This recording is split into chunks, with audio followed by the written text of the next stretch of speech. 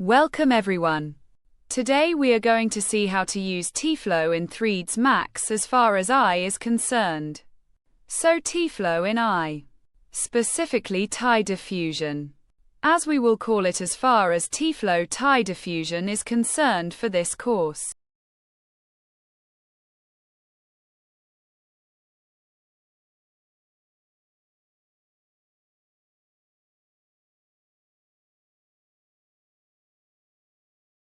That said, when I go to download,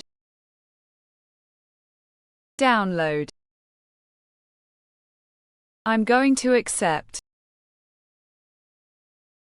What are the information? And I'm going to download Tyflow, for example, and CUDAs. Then you can also download the render. Once these elements are extracted, we will have folders that we do with the latest relays.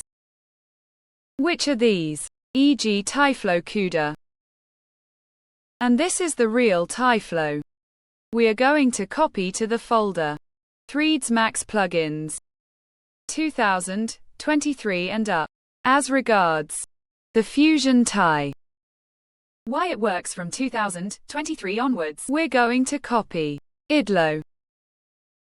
So in this case, directly on this location, you can use the free version to try artificial intelligence inside 3dsmax, and then we're going to copy, if necessary, also other elements that we can use with regard to CUDA acceleration in Tyflow, physics, and other things. Then all these elements are copied to the 3dsmax plugins folder. This is how it has always worked. If you want, you can also copy the Tyflow renders that are used in some situations for renders. So the first step is this.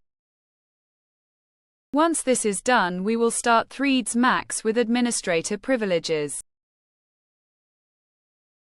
Why it's better on these I methodologies. Once this is done, when we enter 3dsmax, in this case we will have a Tyflow. To check the releases, you go directly to this location. And in the version it tells you look that you are on the latest version 1.13 installed.